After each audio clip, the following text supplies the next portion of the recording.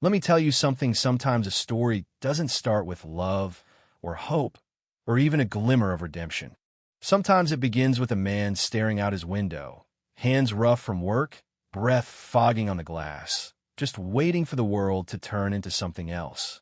That was me, Sam Ward, 45 winters stacked on my bones, each one heavier than the last, and this year felt like it was trying to finish me off for good. My beard had gone white right at the chin, a detail my late wife used to tease me about. God, I miss that woman. I'd buried her 3 years ago under the cottonwood tree that leaned over the creek like it was bent from its own heartbreak. Since then, the only things I talked to were ghosts and at least fences didn't expect you to say much back. My cabin still carried her everywhere, the woven shawl she'd left slung over a chair, a shelf lined with dried herbs she'd arranged and I hadn't touched since. Even in bed, I kept to my side. The cold spot beside me felt like an accusation and a comfort all at once. We'd tried for a family, but all I'd built was a cradle that stayed empty. Folks in town gossiped, said I'd lost my mind to grief or maybe I'd never had it. Either way, I showed up once a month for supplies and left without a word, unless it was to pay. So when that night came, sky bruising into darkness, and I heard a sound that didn't belong to the wind. It was like the world was reminding me that silence could break, and not always gently. At first I thought it was a coyote, but stepping out with my shotgun habit, not threat, I saw her, this young woman lying in the snow under my cedar, her dress torn, blood soaking down from shoulder to wrist, barefoot and curled up like she was trying to disappear into herself. For a second, I couldn't move. When you've seen too much loss, it takes you a minute to believe something new is happening. Then I lowered the gun, knelt down, and scooped her up, feeling just how little she weighed less than sorrow, somehow, and she smelled of river water and wood smoke. Bringing her inside felt like dragging a storm through the door. I wrapped her in my only blanket that didn't smell like old memories and watched her lips move in a language I couldn't place but felt in my chest, maybe Comanche, maybe just fear. I hadn't seen their people near here since the soldiers swept through and declared peace at the barrel of the gun. But this girl, no older than 20, looked like she was running from something even worse than that. Her wound was bad, but not deadly. I cleaned it, stitched her up like I used to back in the war, hands remembering what the mind tried to forget. She flinched only once. Neither of us said a word. When I finished, I stepped out into the snow, letting the moon and wind scrape the weight off my lungs. That old cedar tree, the one my wife loved, stood silent. After she died, even the wildflowers stopped coming back. Inside, the girl still just a stranger slept near the fire. I watched the flames, told myself she'd be gone by morning, but dawn arrived and so did she, sitting up sharp like someone expecting trouble. I'd left bread and jerky nearby. She ate like an animal, quick, eyes darting. I sat at my table, coffee cooling in my hand, not staring, not ignoring. She didn't say thank you, didn't plead, just stared back with this wary truce between us. You're safe here. For now, I said, voice scraping from disuse. She didn't run. Snow fell thicker that day. I did my chores, moving slow. By the time I returned, she'd cleaned up, folded the blanket, swept the hearth. I saw the hunger in her, how it lived in her eyes, how she eyed the cupboard, but didn't ask. That night, I made stew, and she ate it slow, careful. I noticed she chewed only one side and guessed at bruises beneath her hair. Again, I didn't ask who hurt her, she didn't offer. A storm hit that night, wind howling like something with a grudge. I gave her the bed, telling myself it was practical, not kindness. I slept in a chair. At some point, I woke to see her standing at the window, backlit and searching the horizon. You expecting trouble? I asked. She turned, considered me, then nodded. That silence had its own language. I told her she could stay the night, and we'd figure out the rest come morning. Not trust, not fear, just something in between.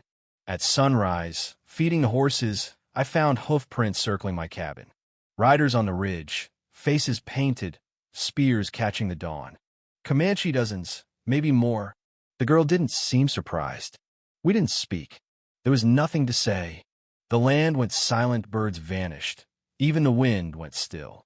They arrived with the calm of people who know they don't need to hurry to claim what's theirs. At their head was a man, cloaked in black wolf fur, face streaked red like old tears. The girl stepped forward before I could move. "Father," she said. That word hit like a hammer. He looked past her, right through me, seeing a broken man beside his only daughter. His voice was thunder held quiet. "You sheltered her." I nodded. He stepped close enough that I saw in his eyes all the nights he hadn't slept, same as me. The girl Nahili, I'd learned later, stood between us. "I didn't run from you," she said. "I ran from men who take what they have no right to." Her father's eyes darkened. "You crossed into death, and this man gave you breath again." She took it back herself. I answered. He studied me, weighed me, then touched her chin, gentler than I'd expected. "You're not a child, but I still wish I could choose for you." He declared his warriors wouldn't strike today, but warned they might come back, not as family, but as enemies. "You have 3 days," he said. They rode out, their circle breaking like a wave. Nahili and I stood in the silence they left behind. Back in the cabin, she asked, where would I go? Not as a plea, but a challenge. I had no answer. She said, "You gave me a room that didn't lock." That was enough. I busied myself with chores, counting the 3 days like grains of sand. That evening, with the wind rising, she sat by the fire, hands weaving leather. I watched her not with longing, but with something like wonder. She caught me looking and asked, "You don't fear them?" "No," I said. "Why?" "Because I've already lost what most men are afraid to lose." She nodded. "I haven't, but I almost did." We shared silence, but it was different now. Not empty, more like a room we both stood inside. Over the next days, we moved around each other, chores shared without words. She asked my wife's name Marjorie and placed her shawl neatly at the bed's foot. She sang once a low Comanche lullaby. I didn't ask what it meant. We both taught and learned in small ways. I showed her how to tie reins. She showed me knots used for arrows. In the evenings, we sat near the fire clothes, but never touching. One night, I found her name. Nahila said it aloud, watched it settle over us. The morning of the 3rd day came tight and gray. Nahili dressed with resolve, not fear. We sat together, drinking coffee, waiting for the storm to break. "They will see me as claimed," she said. "They won't ask why you helped me. They'll think they already know. Then we tell them." I replied. "And if they don't listen, then we make them." Hooves thundered again. The Comanche returned, tighter this time. No circle, just a line, a challenge. Chief Navo stood at their head. "You have had your days," he said. "Now she returns. She is not property," I told him. "She is daughter," he answered. "That is not ownership. That is bond." Nahili stepped forward. "Let it die. If it was built on silence," she said. Navo turned to me, handing over a ceremonial knife. "You will hunt with me. One deer, one path. If you walk it without flinching, I'll know what kind of man you are." We rode into the hills, tracked a buck. I shot true. We returned, rain starting to fall, not hard, but steady like forgiveness, maybe. Navo placed his fingers on Nahili's forehead. "You are no longer of my fire, but not gone from my heart." He turned and left. Inside, as the rain whispered on the roof, Nahili came to me.